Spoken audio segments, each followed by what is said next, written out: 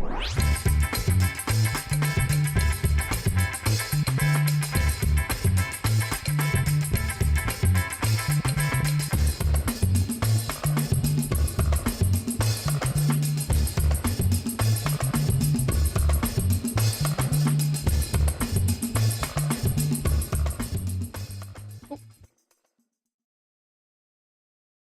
how's it going, everybody? You turn the lights on.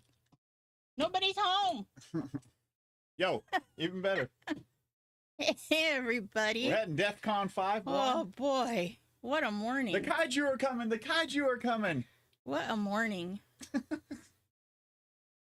Got to turn the lights on.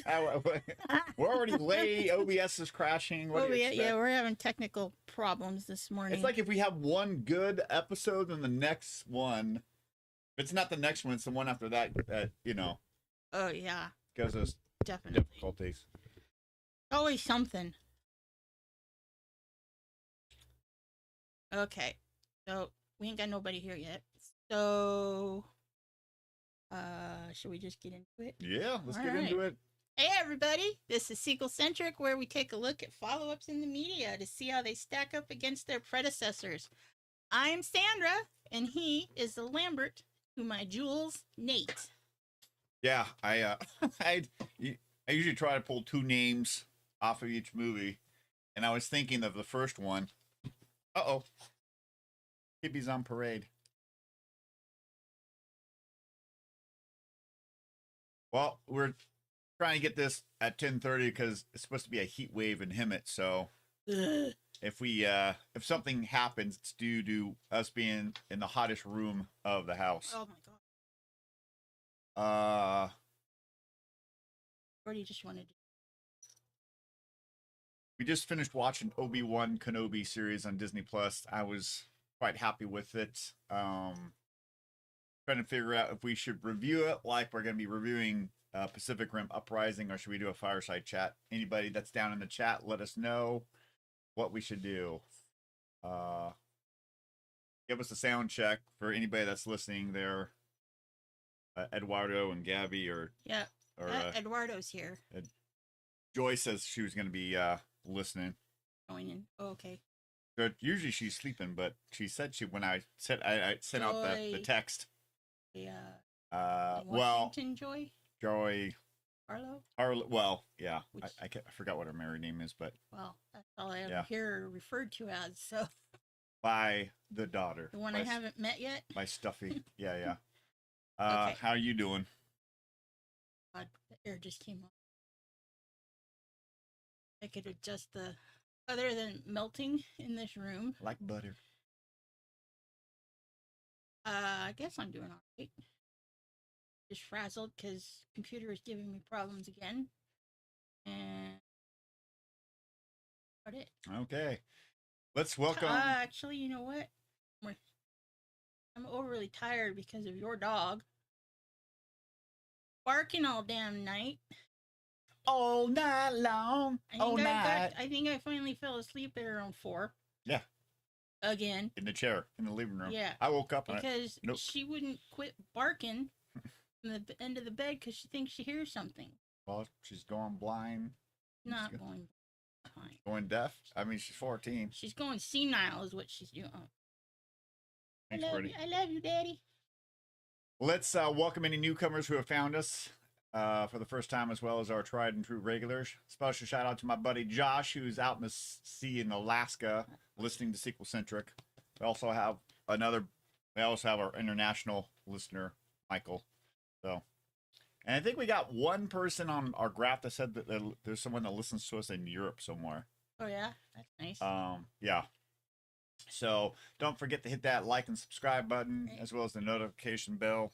Take the little man. I gotta operate buttons. Okay. You don't want to miss any any new stuff or a hot take from Stuffy. He usually has something interesting to say on Instagram and Facebook on Monday. What was that? Can't see. Open your eyes. Can't I see? I don't know. Come on, this thing's being a real jerk. Miss Fondles, whoever that is. I don't know who that is. Could be Joy. Sure, I get married with the most common name ever, and Nate the Great can't remember. Oh, so that is Yeah. Smith, Joy. Jones. Now I know. Hey, at least you're not married to me. I thought it was some rando. I'm glad. If you think you have it bad, Joy, feel sorry for the redhead to the left of me. She's put up with me for the last 30 years. Counting. And counting. Yeah, we don't know where Stuffy is. Hi, Joy. Thanks for joining us. Special shout out to Joy, who's been listening to us. She's been trying to catch a Now live I know stream. who I'm replying to in the comments when I go and look at comments. Okay, let's get back on track. All right. Wait, we were getting into some housekeeping. Yeah, housekeeping. Hold on. We've got some housekeeping. If you are looking for some more sequel-centric content, head over on to patreon.com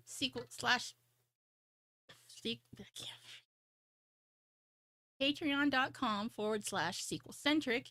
And for one amazing $1, you can access around extra 37 pieces right now, including sequels to be or not to be, and sequel-centric after parties, where each month we give an extra 10 minutes or so of tidbits. Owls? I was like, where the hell are you going? Boy. Unfortunately, I just had that thought when you were reading, but I had that ready to go. Well, you said it so many times before you got the logo up. Yeah. Housekeeping, you need towels? Housekeeping? Speaking of I Patreon, probably we are shouldn't here. do that. I might offend somebody, and then I'll have to do an apology Okay, video. fine. Speaking of Patreon, we here at Sequel-Centric would like to thank our super and outrageous tier patrons for their extra help on this channel. Throw up that graphic. Which one? Where are we? I'm glad Joy's catching us at a no. The graphic. Patreons. At the outrageous and super tier. Patreon. Oh, Yeah. that one? Yeah. Thanks, Marty, for subscribing at that outrageous Oh, I tier. forgot to highlight that one. That's why I was like, Marty subscribes at the $35 tier, which gets her name thrown up all month long. She gets a candle or one of these shirts. She gets the vote. She gets to also tell us, what movie to watch or spin-off or whatever. And with our new series that is currently in the editing process, our new game show series, Stump the Chump. Wow, Nate. Well, Problems over there. Well, got to live up to the title that you gave me of Fidgety Neanderthal. Yeah. Oh, yeah.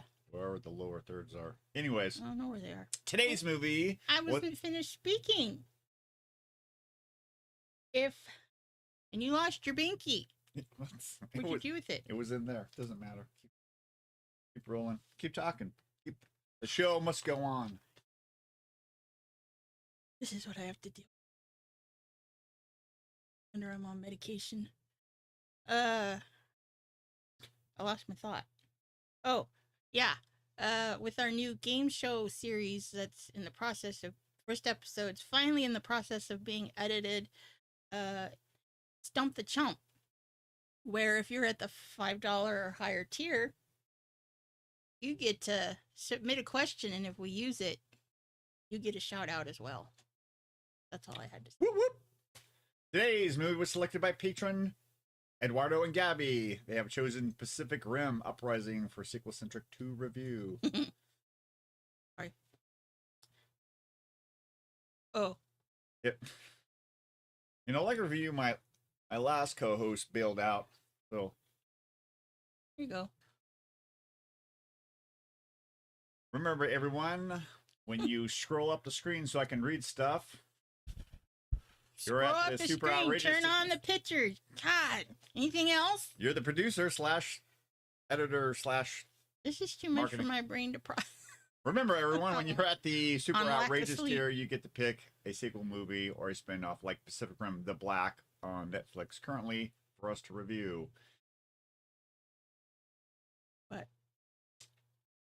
What's your history with Pacific Rim? Was I supposed to do something else? With feeling. Oh.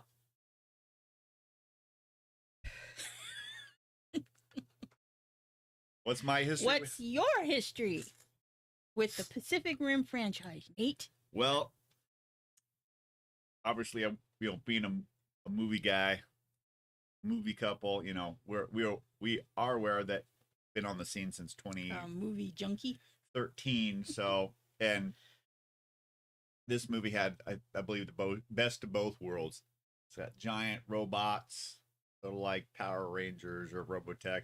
Giant kaiju monsters like Godzilla and Gamera. So it's a perfect fit. And it's just one of those movies I wanted to see, but other things came up, and it wasn't until Eduardo wanted us to review the second one that made us watch these two. Plus, we watched the first two episodes of the animated Pacific Rim, the Black series on Netflix. So. Okay, cool. What's your history? The same. Don't you mean ditto? Ditto. Okay. Xerox, copy, whatever other. Okay. I don't know any other words for that. Let's throw out some movie facts. Okay. Before we get into other stuff. Pacific Rim Uprising released on March 23rd, 2018, rated PG-13 with a running time of 111 minutes, which I'm sure you can carve out, 11 or 12 or 13, 15 of those minutes for credits. Director Stephen S. DeKnight, written by Stephen S. DeKnight, Emily Carmichael, Kira Snyder, and T.S. Nolan. Nolan? Sure. Guillermo del Toro, who directed the first movie, has a producer credit. Music by Lorne. No, like Lorne Green. Yeah, Lorne Bailiff. Balfi? Sure. Unless you misspelled it. No.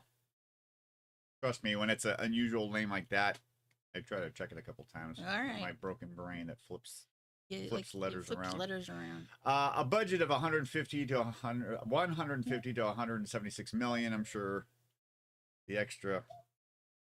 Oh, I thought we turned him off. No. Is due to marketing stuff. It doesn't recognize your fingerprint. Right. Box office return of almost 291 million. So I would chalk that up as a okay success. Thoughts and impressions on this blockbuster? My thoughts and impressions would be need more sleep. I enjoyed it overall. Like you said, it's like a combination of all the movies that we grew up with. Transformers and the only thing missing was freaking the Jaegers all combining it like a Voltron. Yeah. That would have been cool. And making a super Jaeger. Well, the kaiju did that. Yeah, they did. So I was surprised that the humans didn't do the same thing. But it worked. Okay. How about you? Well, actually, before watching the first one, I did check out the out of curiosity the anime Pacific Rim the Black. Couldn't figure out why it was so short. I mean, I know I'm short, but just wanted to kind of get a feel after watching those two episodes, which I believe take place right around the first Pacific Rim movie, but over in Australia. If you watch the first one, they had that giant wall that's supposed to protect them. Then they went crashing through Sydney, so I think that's where it falls within the timeline. Kind of got me jazzed to watch the first one. The first one I thought was really good. Del Toro, his track record of directing is interesting. Sometimes he'll do a little independent movie like Pan's Labyrinth, and then he'll do something like Hellboy or this, So most of the stuff that he's directed, I've enjoyed. The second one, I would say even though didn't direct, I think they believed they needed more action and less story because the first one is, I would say, it's can't find the right word besides it seemed it was more story with the action towards the end, and this did have a story, but overall it was more action. Right. I mean, even right out of the get go. Well, I mean, yeah, it was a lot of action, but it wasn't like a lot of like Michael Bay pictures or movies. I'm getting there. But you know, I think this franchise is a result of like hair flying around here. It keeps sticking to my face. I think this movie is a byproduct of a lot of Japanese influence and all the stuff that Japan has been doing between anime and manga over the years. Giant robots, monsters. That one? No. Close enough. I put it where you told me to. So I think that's one of the reasons why it was such a success. I mean, anime so heavily influenced now. I mean, it was hard to find like back in the 90s and stuff, but you know, Jake's generation, they started popping it up on Cartoon Network, and now you got Crunchyroll and a whole bunch of other places. So it's, I mean, this is basically a live action anime for the most part. Yeah. Eduardo said it was he almost picked Tremors before he switched it. And I'd just like to say thank you for switching it. Well, just Tremors too. I mean, even though there's 7 Tremors movies. I mean, I think I saw the first one, and so I don't think it would have bothered me. It's not like, you know, those other those other horror movies, I guess. I wouldn't call it a horror movie. I would just call it a monster movie. A monster movie? Well, you know, some of the other ones like Saw. Yeah. That one's disturbing. Yeah. That one I wouldn't be able to tolerate. Those other ones you just watched, the Purge movies, I don't think I'd be able to tolerate. No. So, that's definitely something that's up my alley, up Duff's alley, even Taylor's alley. Yeah. I mean, I'm working my way through Game of Thrones, and some of the scene, you know, the fighting scenes and all that, and the torture scenes are really graphic, and I have a hard time watching those. So, where are we at? I don't know. You want to head over to the pros and cons? Sure. Let me turn this off so that it isn't on. Here we go, guys. Where is it? There it is. Did you find it? Right where I left it. All right. So, what are your pros? Should we do a montage of pros, or should we go back and forth?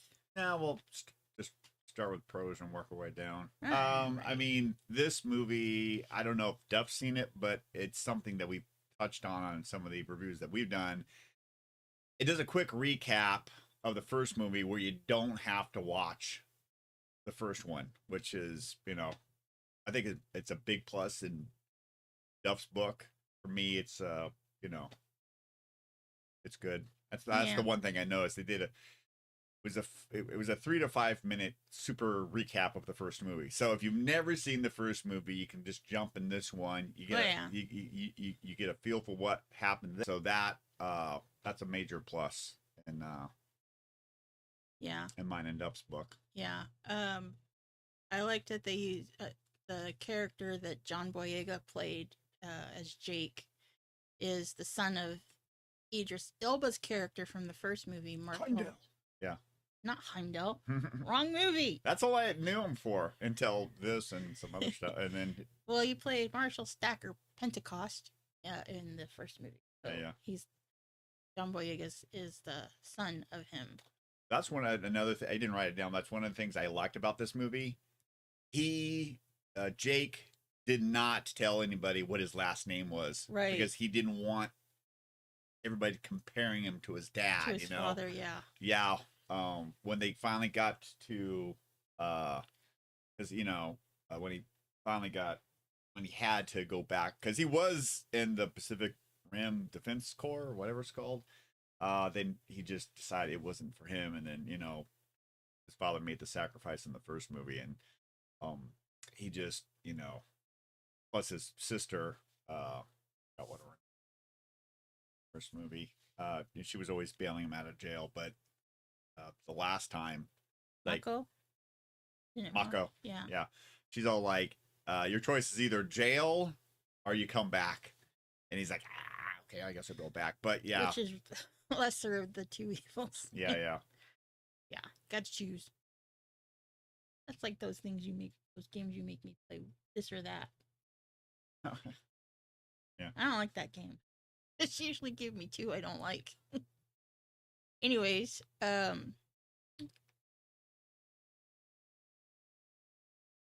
what I was gonna say. Well, I thought it was your turn. Well, I mean, another thing I like about this movie, it feels like it's a combination of a lot of other movies I've seen over the years. The new and old Godzilla movies, the Transformers, especially when they're on base with the group and everything. It gave me like the Colonial Marines vibe from the 1986 sequel, Aliens. Yeah. Plus them wearing the suits to because you got two people that got to pilot the Jaegers because it's a strain on the brain. On the human brain, yeah. Yeah, so those outfits kind of remind me of Power Ranger outfits a little bit. Kind of, yeah. Yeah. You got another one? Yeah, and I got a picker. I got a picker for that one. A picker? Yeah. I also did like that they brought back three Group shot. characters from the first movie. What's Mako, the group shot? Newton, aka I don't know.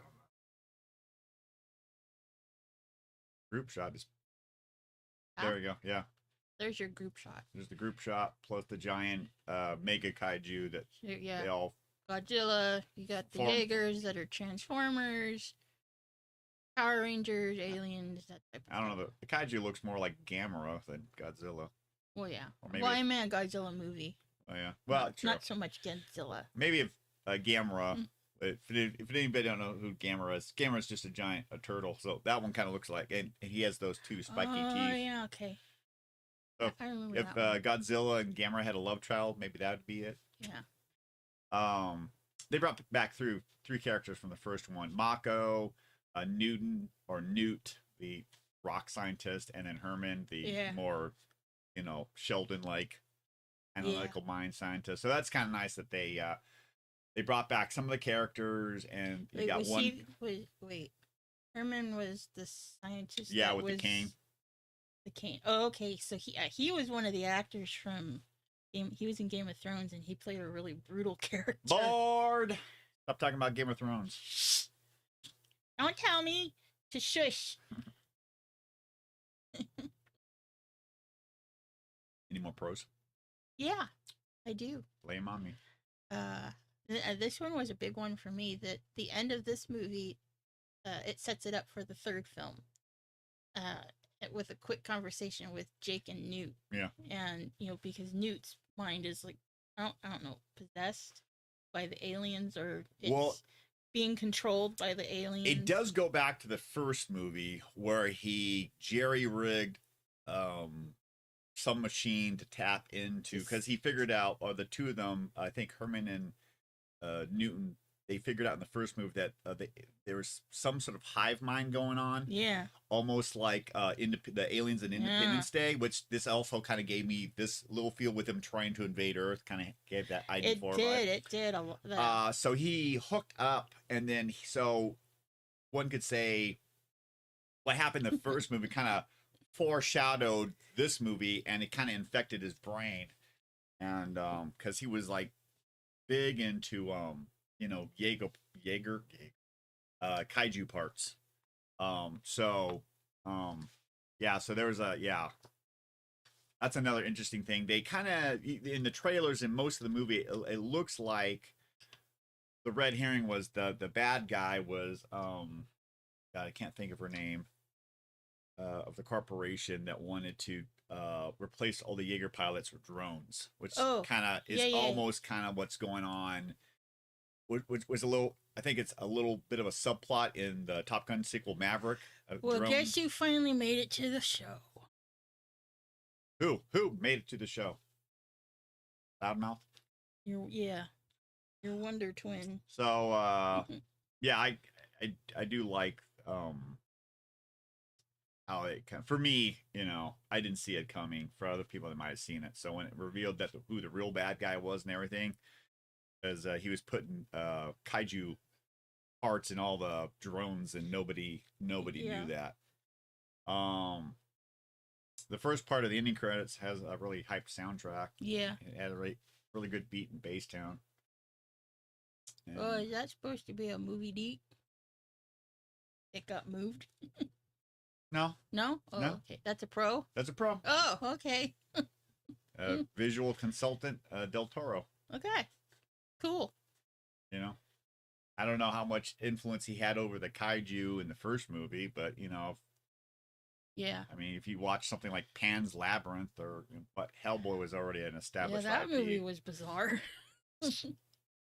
It's almost like a whacked out version of The Labyrinth with David Bowie and Jennifer Connelly. Yeah, it's like a effed up version of a forked up version. Look, my hands. I got. Pardon my swamp mouth. What's going on?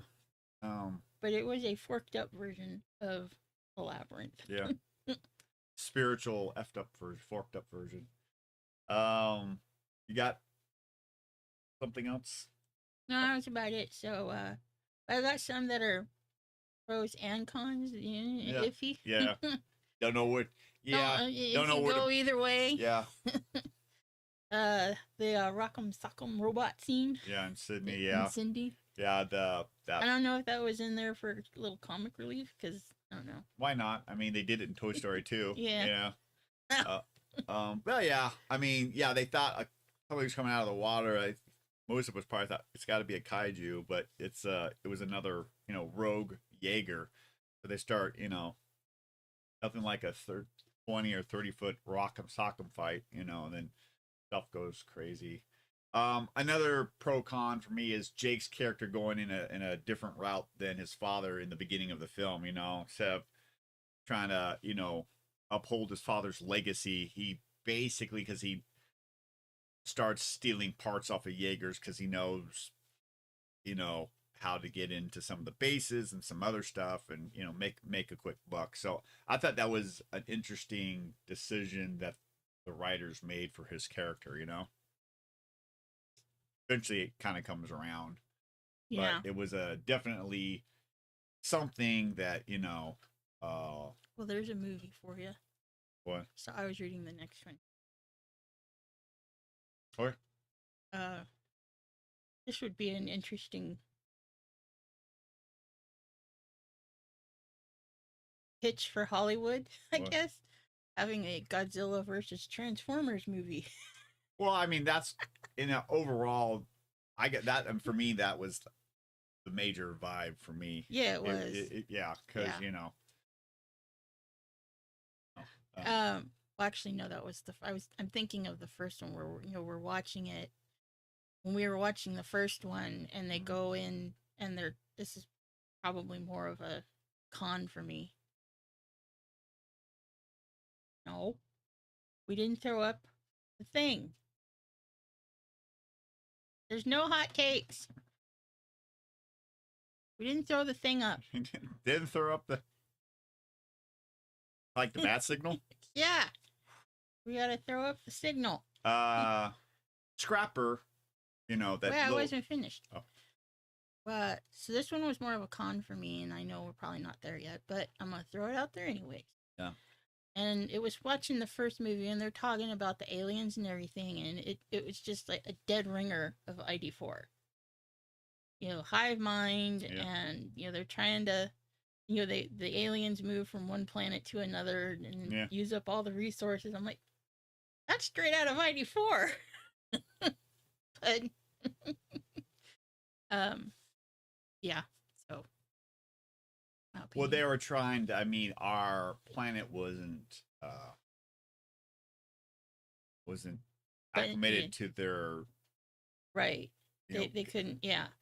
But The only difference was they were coming through a portal, whereas I think it was the ID4 they came in a spaceship. True. They were coming through, a gateway through the Marietta Trench, I believe. Mariana's Trench. But yeah, there wasn't enough, from what I gather, enough toxic pollution and stuff. Yeah. Um, what makes one species live can kill another. So Right. Well, they talked. I mean, they touched on that in the War of the Worlds movie. The aliens couldn't handle. They didn't have an immune system. Yeah. In the beginning of the movie, the little Jaeger robot piloted by one Scrapper kind of reminded another rogue. Yeah, kind of reminded me of Bumblebee from the last Transformers movie, but also reminded the way it curled up. Also reminded me of the main character Samus in Metroid, where she curls up into a little ball and she can go through little her morph ball. Yeah. Also, yeah, that was a fun scene. The little Scrappers trying to get away from the giant Jaeger and everything, and playing keep away. Yeah, giving the Jaeger a run for its money. And John Boyega not hooked into anything. It's rolling around. He's bouncing all over on the inside. Yeah. The only other one that the montage that they do of putting all the Jaegers back together in the third act. Yeah. To me, it kind of felt. Unfortunately, I've seen enough 80s movies. Anybody watch some 80s movies? Some they got that montage of, we got to put the bar back together, or we got to train for the big event or whatever, and it kind of felt like that. A little bit of a montage of trying to get those giant booster packs to Tokyo and stuff like that. So once again, it's kind of a pro con for me. I liked it, but it's I mean, technically, it shouldn't be an 80s thing. It could go anywhere. So it's just my broken brain. Thinking it. Broken brains. Yeah. So, how about some cons? Do you have any cons? Ladies first. Wasn't ready. Okay. Well, I mean, I guess Del Toro not directing. I mean, some of the people I've talked with that love the first one and don't really care for the second one, their opinion is I know it was a huge blow for a lot of people that Del Toro didn't come back to direct, and he only had some. He was a producer, I don't know, and plus he was a visual consultant. I don't know how much, but he didn't direct, which I guess you can see if you watch both these movies back to back. Like I said, the first one was heavy on the story with some with action, mainly in the third scene, Yeah. And this one pretty much has action from the beginning with, with a storyline sprinkled throughout. So yeah, I would say this movie felt more like a live action anime movie than anything else. And maybe that's why a lot of people didn't care for it. Why they felt it's the lesser of the two. They could. You got Khan? Shaka Khan? Shaka Khan? Shaka Khan? Missing parts of the movie? Yeah, I mean, when they were talking in Mandarin. Yeah, they're talking in a foreign language. Yeah, but there was no subtitles. And they're...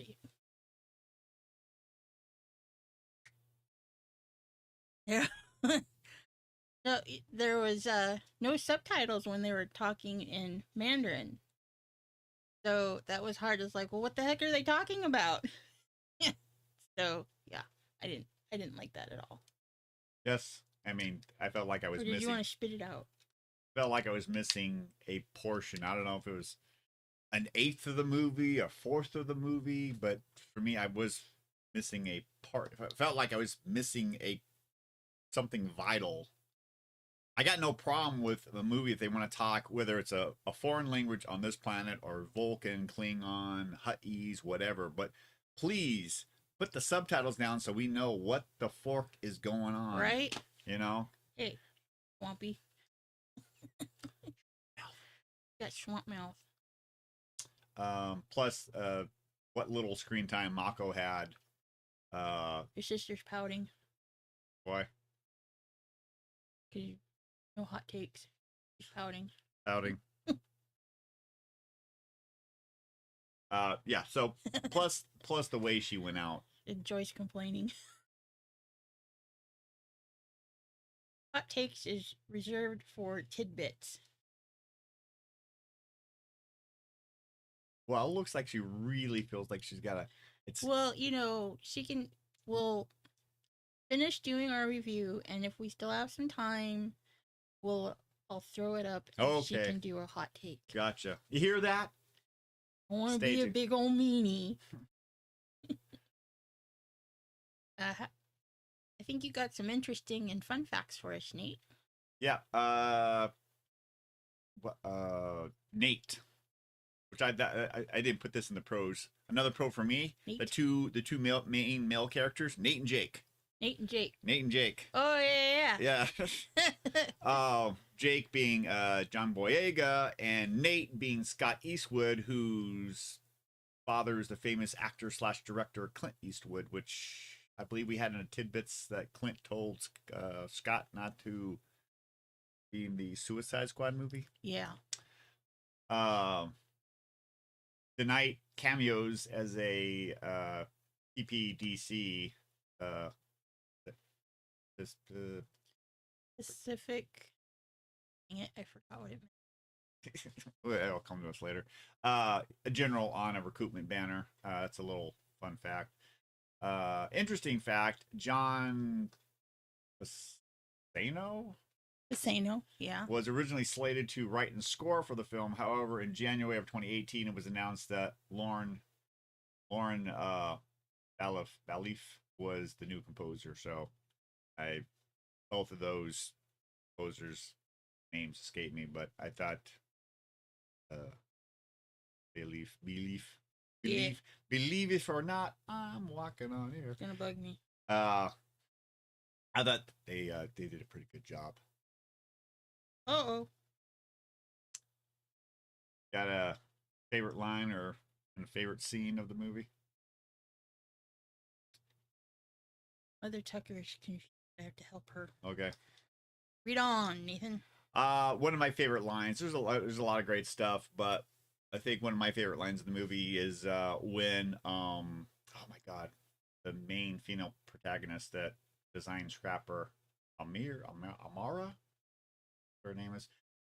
She gets thrown in with all the cadets, and there's one cadet, one of the female cadets, who I guess resented her because they all had to bust their ass to get in there, and she got in there because she just built a mini Jaeger, and she was just all up in her face and everything, and she was basically telling her that, not in so many words, that her Jaeger that she built was crap or anything, but basically it's like she said, bigger is better, and then there's another scene where the two of them get into a scrape because Amara is definitely about an inch or two shorter than Victoria.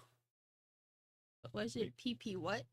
PPCD, Pacific something Defense Corps. Anyways, favorite scene.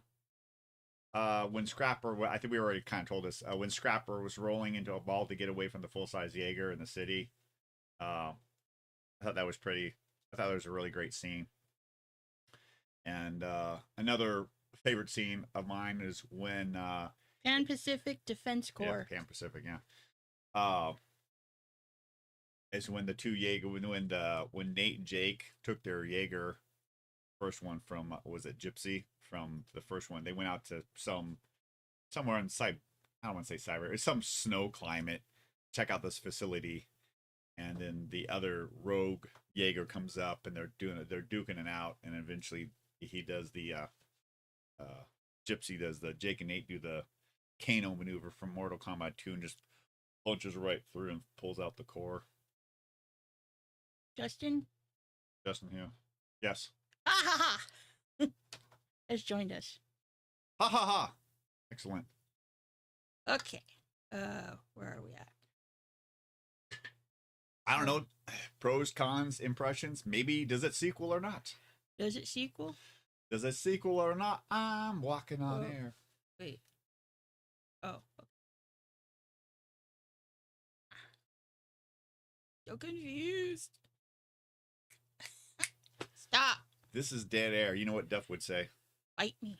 No, Duff would not say bite me. Duff's not here. But he wrote the book. There, his name's right there.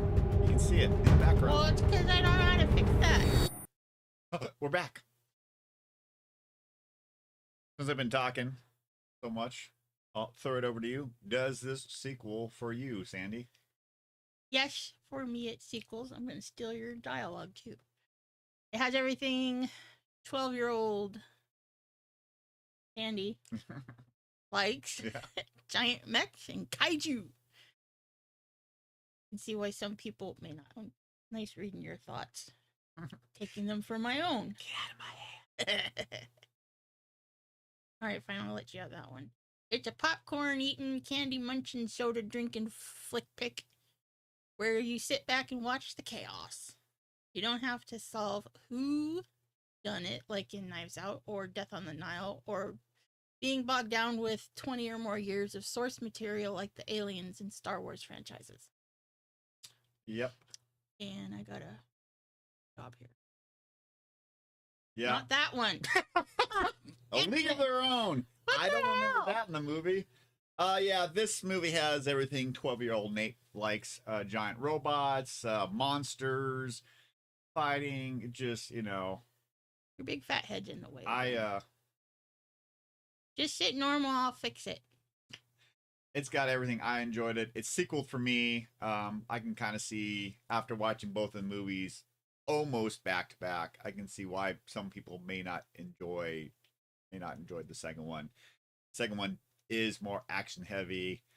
I would tell anybody, if you've watched either one of these movies, if you like the franchise, head over to Netflix and watch their they got 2 seasons of Pacific Rim The Black, about brother and sister. If you know anything about the franchise, since there are 2 pilots,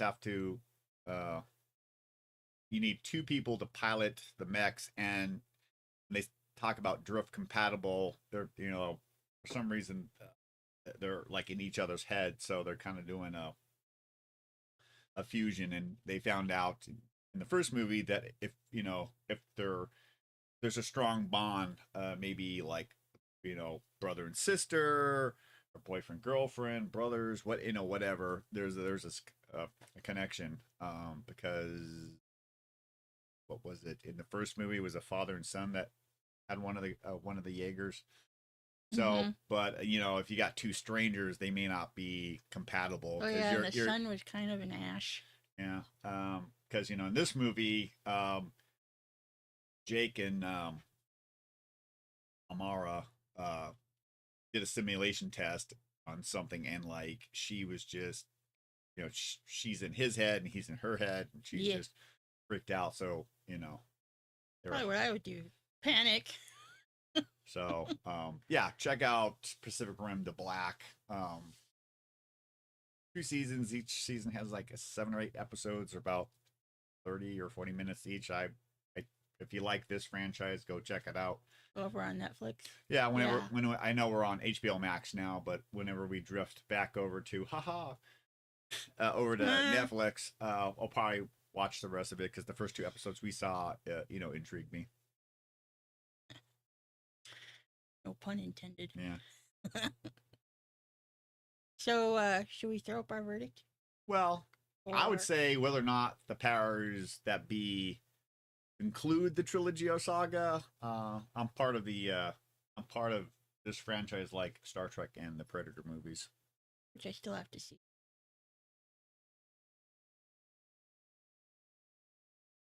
So, Nate, let's throw up our verdict. Gotta go find it first.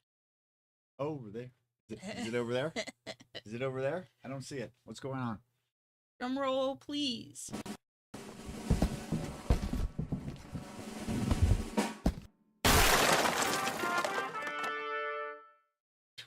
I'm shocked.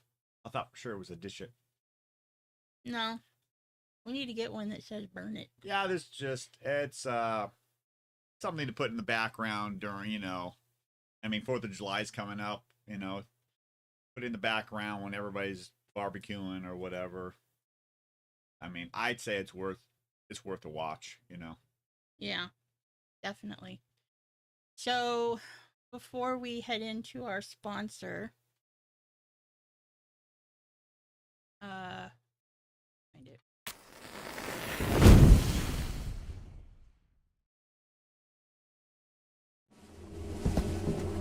Yo, go away. Sorry about that, guys. We're gonna let You're quick with the buttons there. I'm getting there. Can't see them. Throwing up pictures that people aren't supposed to see. Seeing pictures there on tidbits. After party. While we wait, see if Stuffy calls in. Did you want to put it right there? Talk about some of your candles? Since Mia Bell is the official sponsor of Sequel Centric. Oh, never mind. Hang on, wait.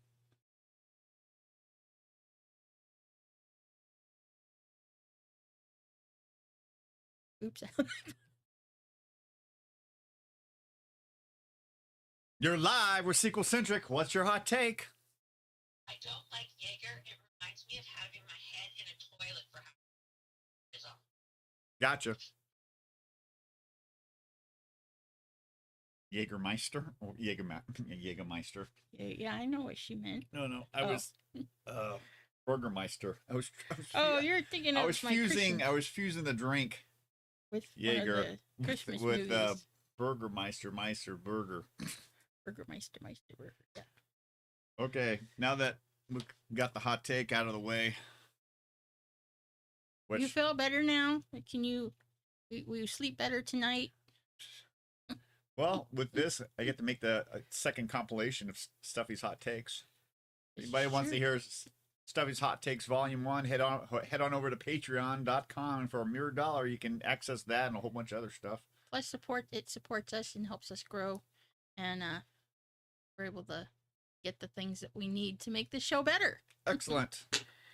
So today's episode of Does It Sequel, are you doing that? You can't even see you. Shh, they don't know. It is brought to you by Mia Bella's Natural Wax Candles and Melts, made with clean, natural burning palm wax, top of the line quality scents, and all cotton self-trimming wicks. These candles burn cleanly and evenly, no black soot on the jars or in the air. Available in over 80 fragrances, with new scents being... We don't have smeller vision. Wow, that's strong. With new scents being released every month. As you can see here from the description, it is a very clean candle. So June's scent of the month is brand new, and it's called Caribbean Sky. Pirates of the Caribbean Sky? Excellent. No. Why is the rum always gone? Gotta get it up here. Here we go. I gotta get Drift away to paradise with this refreshing tropical blend that will tantalize your senses with its sparkling, zesty, sweet aroma. Top notes of orange, peach blossom, and morning skies. That's a spicy meatball. Middle notes of tangerine, bergamot, and strawberry seeds. Bergamot. Heck, does a strawberry seed smell? Bergamot. Bottom notes of neroli flower, misty musk, and rosewater. Misty musk. Sounds like if you're on the river. I know, right? For a whole week and you don't take a shower. It makes a perfect addition to any room or as a special gift for the holiday. There you go. Or any occasion. Visit sandrascandles.com to order yours today. A link to the online store will be in the description video below. Here's the Fruit Loops one that we talked about yeah. a couple episodes ago. And the people that at the office that do the fragrances, I don't know how they do it. Are geniuses because any kids from the 80s who ate Fruit Loops or knockoff version, this will give you all the smells and none of the cavities. I don't know how they freaking do it. It smells like Tricks too. The only one that we've ever gotten that we thought it was, not so good was the leather one. But all the other ones are pretty much on point. Yeah.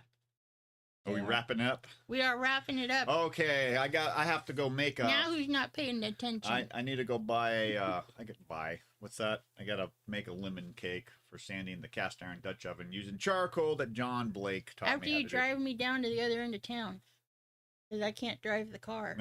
Which end? That end or this end? That end. Well, at least your car's getting a new paint job. The west end. The west end.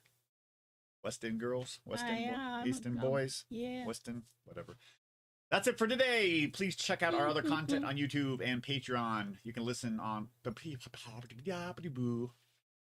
too fast. Trying to wrap up. How I got in trouble with Chris Mac Daddy Supreme. Yeah. Your brain is your brain is processing faster than your lips can spit it out. Well, Joy's known me a long time. I do the same thing. Okay. We're done for today. Please check out our other content on YouTube and Patreon.